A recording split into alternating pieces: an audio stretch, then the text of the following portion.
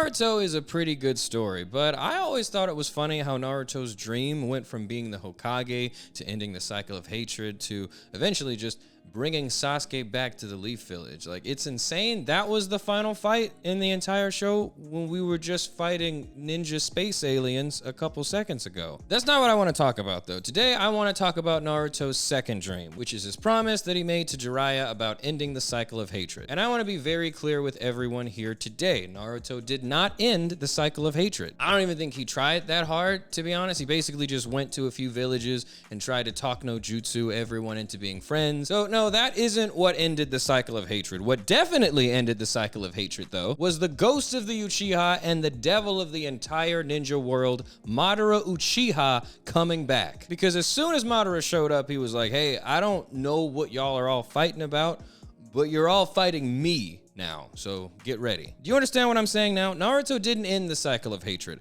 Madara did, and he did it by being a hater. And that is what I want to talk about today, so settle in, everybody. We are going to go over the hilarious story of one of my favorite villains, Madara Uchiha. So I'm not going to go over all of Madara's life, okay? Let's just say he had a rough time growing up, okay? It was the grimiest era in the entire ninja world. But through it all, he survived with his rival slash best friend, Hashirama. They would go on to create the Hidden Leaf Village, and the rest was history. This is also when Madara's heel turn was firmly cemented, because he had to watch his friend Hashirama be elected as a Hokage over him. And then he proceeded to be just the friendliest world leader that he'd ever seen. Madara got home one day and he was like, hey, I was just talking to some of the other Kage and they said you're giving away all of the tailed beasts? Like, what's that about? Like, we just got out of an endless age of war with all of these people. Like, I know this might be a hot take, but maybe everybody doesn't need an atomic bomb, Hashirama. And that's when Hashirama's brother, Tobirama, tells Madara, hey,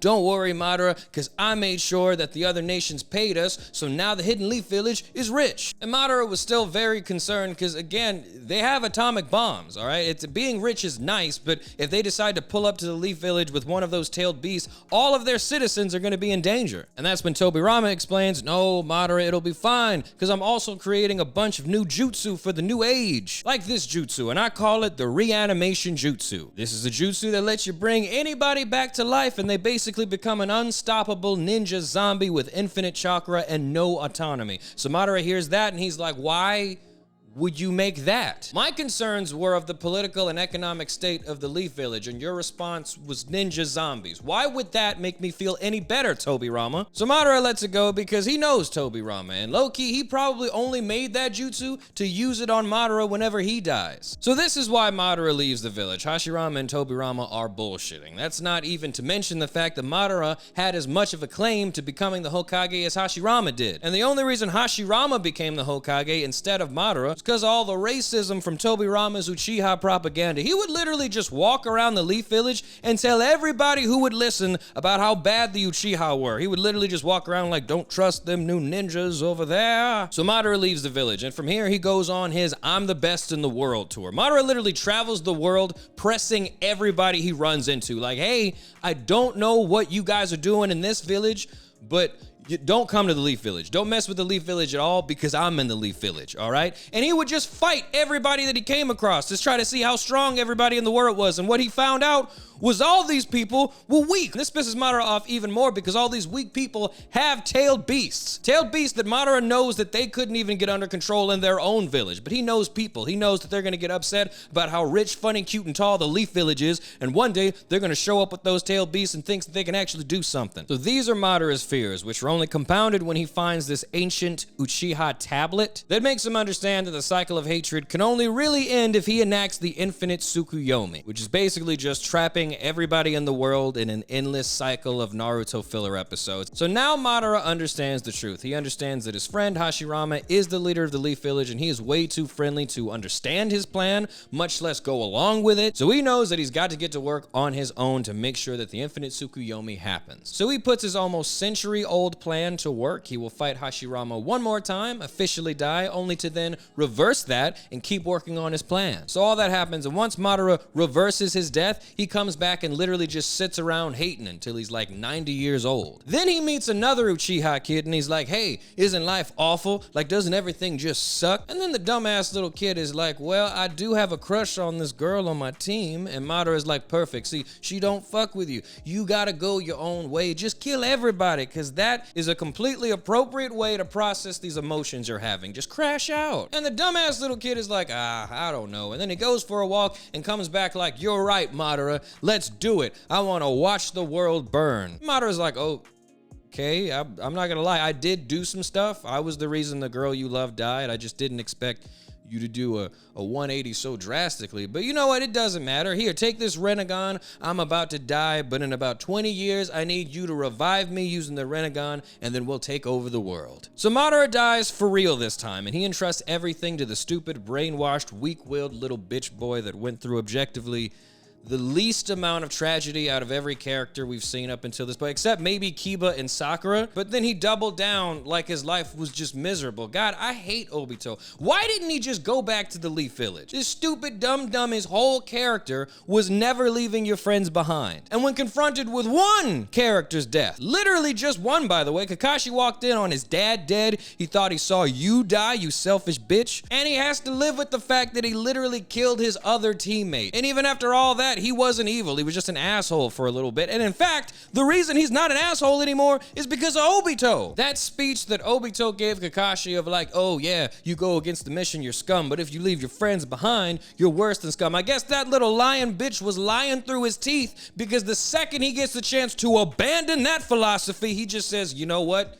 Yeah, I want to be evil now. And he commits. I know there's going to be people in the comments like, oh, Mugi, he was groomed, all right? He was crushed under these rocks, and the trauma led him to this evil 90-year-old wizard Uchiha, and then he just, you know, he was under a lot of stress. You shut the fuck. You put any other character in Obito's shoes, that he looks like I keep saying bitch, but he looks like a little bitch. I'm sorry. I hate him. He literally saw Ren die, and that was enough for him. That was it. I can think of so many characters that went through so much more, but he just doubled down immediately. I can't imagine how Madara felt when Obito came back like, you're right, and I'm ready, let's watch the world burn. Madara would be like, what, so that, just like that, huh? Wow, okay. So I crashed out after I watched literally all of my brothers die when they were still children. And then after that, I realized that the new age was flawed and would only continue a cycle of hatred and death that would ensure that more children would die just like my brothers. And that's not even to mention the ancient stone tablet that convinced me this was the only thing I can do. So that's why I'm doing all this, but you just, one girl, one crush, that's what did it for you, huh? Wow, that's okay, sweet. No, whatever, I'm cool with it, I'm fine. This gets me what I want. I just wanted to know if there was anything else going on in that hit of yours. But if not, sure, whatever, let's keep it going. Hold your horses there, partner, because we need to talk about today's sponsor, which is Tokyo Treat and Sakura Co. And both Tokyo Treat and Sakura Co. are both Japanese snack subscription boxes. And with Tokyo Treat, you can look forward to the latest limited edition and seasonal Japanese snacks that are only available in Japan. Sakura Co., meanwhile, is a Japanese artisan snack box. So you can look forward to each box containing traditional and authentic snacks made by local Japanese snack makers. And I hope y'all are ready for a rootin' tootin' good time, because the theme for Tokyo Treat this month is Japan Snackfari, which means you can look forward to experiencing Japan's animal kingdom with wild snacks like the terrific tiger konjac jelly, the lucky giraffe mayo curry chips, the great paw gummies, vegetable animal crackers, animal unchako, and fiery fox radish bites. And of course, you can't forget the delicious salted caramel Kit Kats, which were my favorite snack. And for Sakura Co., the theme is savoring Osaka. Now, I do declare, you can experience the dynamic culinary scene of Osaka. Wonderful snacks like the Osaka Mochi Castella, the Kinako Warabi Mochi, strawberry cakes, egg koban senbei, gakuto and sugar hauten, Osaka octopus senbei, miyako kanbu, and many more. And of course, this all pairs perfectly with the fukamushi Shichi Sencha tea. And I do declare the home good item for this month is going to be the Shichi Fukujin Daruma Tenugui. And as always, please don't forget you could check out these booklets that come with each box to check out more information on the snacks that you'll be receiving, including any allergen information you might need. If you want to get 1 or 2 of these boxes for yourself or for someone you love, then please take a gander on down into the description of this video and use the code Mugiwara to receive $5 off your first Tokyo Treat or Sakura Code box. A very special thank you to Tokyo Treat and Sakura Code for sponsoring this video, and an equally special thank you to you, I do declare, for watching this video. And with that, we are back to the show. I hate Obito, but we had to talk about his lame ass because for the entirety of the story, while he's preparing Madara's plan to trap the world in an infinite Tsukuyomi, he is masquerading as Madara. Obito is literally doing stolen valor with Madara's name, just traveling the world saying, hey, I'm Madara Uchiha. And that name is enough to punk everybody in the ninja world. They literally are like, he might be lying, he seems a little sorry, and Madara Uchiha, I heard that he died years ago, but honestly, it's not something I'm willing to risk. If he says he's Madara, he does have a Sharingan fight. That might be Madara. I'm not gonna mess with him. So anyway, Obito is using Madara's name in an act of stolen valor, and he's doing all of these horrible things until eventually we make it to the 5 Kage Summit. And it's here that Obito uses Madara's name to start the 4th Great Shinobi War, something that would have never worked if Obito just came there as himself, because they'd be like, who are you? Get out of here. No, we're not mobilizing our troops. We're not starting a war for you. You're just one crackhead that broke in here, okay? We're not listening to you. But because he said he was Madara Uchiha, Onoki, somebody who was actually still alive when Madara was, someone who's fought Madara Uchiha, was like, hey, I don't know, he might be bullshitting, but if he's not, man, we are really gonna regret not listening to him. That's all I'm saying. So the 4th Great Shinobi World War only started because everybody was scared of Madara. Even the people that hadn't met him, like Onoki, they heard stories about him. They know, like, all right, look, he was fighting with the first Hokage, so he had to be some kind of nice, all right? We do not want those problems, so let's just figure out exactly who this guy is, what he wants. It couldn't hurt for all of us to at least try to work together. So already, the foundation for the cycle of hatred to be broken already established, and it's because Madara is here and he's gonna fight everybody, so you better work together. Now let's fast forward to when the real Madara finally joins the fray again, and this is funny to me for a couple different reasons. First of all, Madara comes back to life in a reanimated zombie ninja body. The same stupid, reckless jutsu Tobirama created all those years ago. Madara looks around and he sees even more ninja zombies and he's like, what the fuck is going on? And it's this moment where Madara looks at his own body and then he looks around and sees thousands of other dead ninja zombies. That's when he realizes that that dumbass little kid that he tricked all those years ago was just a crash out. He has been improvising every step of his plan that Madara left. Madara left clear instructions for him, and nowhere in those instructions were there ninja zombies. He has veered dramatically off course. But as Madara is revived, this is when the funniest thing in the entire series happens. Madara looks out into the distance and he sees that there's ninjas from all over the world in front of him, but they're all wearing the same headband that says Shinobi. And that's when the mummy says that they're in the middle of the 4th Great Shinobi War. And as soon as Madara hears that, he doesn't ask any more questions. He jumps down and prepares to get to work. Now I need you guys to understand this, okay? Imagine being Madara Uchiha. You hate the entire world. You died with a simmering hatred for every last person in the world. Now imagine the first thing you see when you're brought back to life is the entire world offered to you on a platter. Madara must have been like, well, goddamn, this must be Christmas. Because if Madara could have done this back in his time, he would have. If he could have made everybody in the world get on one side and fight just him, oh, he would have done that in a heartbeat. Before Madara even did anything to these people, they started praying. They knew whatever he was about to do to them, the only one that could save them was God. Because he wasn't just beating the hell out of people. Madara was summoning meteors on everybody. They've never seen jutsu like this before. It was insane. Madara was beating people up so bad that years later, old ninja talking to their grandkids were like, whoa, you should have seen this ass whooping. It got so bad, eventually the world leaders had to show up. Not one Kage, but all 5 of them. And Madara embarrassed the 5 Kage, supposedly the pinnacle of strength in the ninja world. Until finally,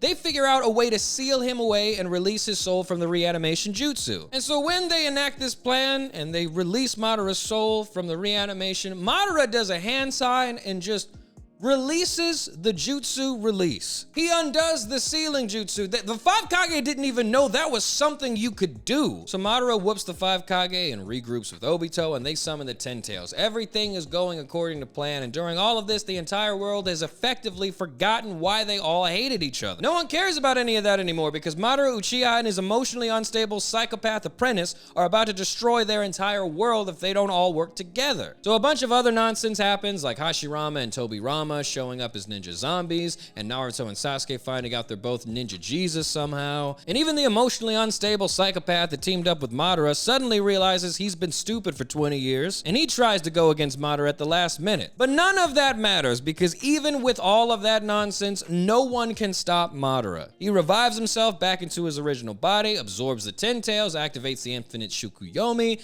and prepares to finish his fight with whoever is still standing. And that's when the black symbiote from Spider-Man backstabs Madara. He's like, haha, you're a fool, Madara. You should have seen this coming. I'm not an ordinary black symbiote. My mother is Kaguya. And Madara's like, who is Kaguya? And the black symbiote's like, Kaguya, the mother of chakra. She had kids and you're the descendant of one of them. God, we did a filler episode on her backstory last week. Did you even pay attention? So Madara is betrayed and Kaguya is brought back, and Naruto and Sasuke start getting ready to fight Kaguya, even though they have no idea who Kaguya is either. They're like, damn, I guess we're about to fight some ninja space aliens. I guess that's what the plot was always leading to. Sorry, Madara. Frankly, I think we should be fighting you. Like, I think your philosophy needed to be contended and ultimately defeated. I think that would have been a much better resolution to this whole story. But, you know, tough tits, dude. All right, we got to fight an immortal space ninja through a bunch of different dimensions. We'll see you later, dude. So they leave Madara to go fight the dumbest fight in the entire series, and that's when Hashirama, Madara's dumbass friend, comes up to him like, hey, buddy, looks like we all learned something from all this, huh? And Madara was like, I hate you so much. What did we learn from this? Like, what did we all learn? Because I learned that there's ninjas in space. I learned that just now when I was literally murdered by exposition and lore. I haven't learned anything other than that. I still hate you. I hate this stupid ninja world. And I swear to God, if I ever come back, I'm going to do the whole thing all over again. And then Hashirama's like, yeah, resolution, character arcs. We did it, buddy. And once Naruto and the others beat Kaguya and the reanimation is undone, Hashirama and Madara fade away and pass on to the next life. From there, it's all sunshine and rainbows. The ninja world heals, and because of the bonded experience everyone got by working together to defeat Madara, it was easier than ever for all of them to get along and create a better world. And so Madara's story and his impact officially comes to an end. And hopefully now we can all agree on at least two things. First is that Obito is a bitch, and the second is that Naruto didn't end the cycle of hatred.